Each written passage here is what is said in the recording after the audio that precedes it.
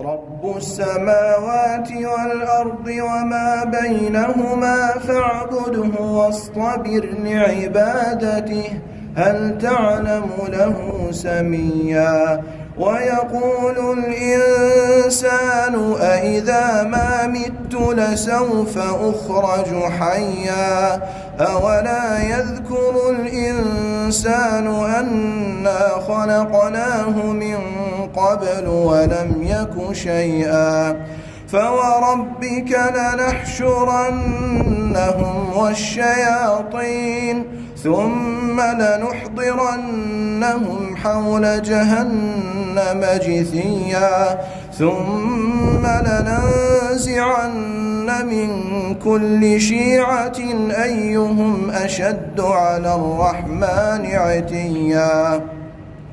ثم لنحن أعلم بالذين هم أولى بها صليا وإن منكم إلا واردها كان على ربك حتما مقضيا ثم ننجي الذين اتقوا ونذر الظالمين فيها جثيا وإذا تتلى عليهم آياتنا بينات قال الذين كفروا للذين آمنوا أي الفريقين خير مقاما وأحسن نديا وكم أهلكنا قبلهم من قرن هم أحسن أثاثا ورئيا قل من كان في الضلالة فليمدد له الرحمن مدا حتى إذا رأوا ما يوعدون إما العذاب وإما الساعة فسيعلمون من هو شر مكانا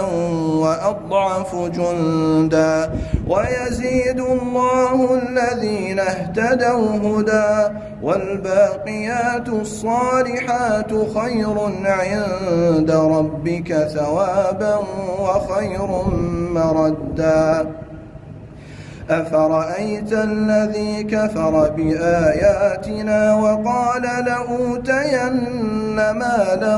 وولدا أطلع الغيب أم اتخذ عند الرحمن عهدا كلا سنكتب ما يقول ونمد له من العذاب مدا ونرثه ما يقول ويأتينا فردا واتخذوا من دون الله آلهة ليكونوا لهم عزا كلا سيكفرون بعبادتهم ويكونون عليهم ضدا ألم تر أنا أرسلنا الشياطين على الكافرين تؤزهم أزا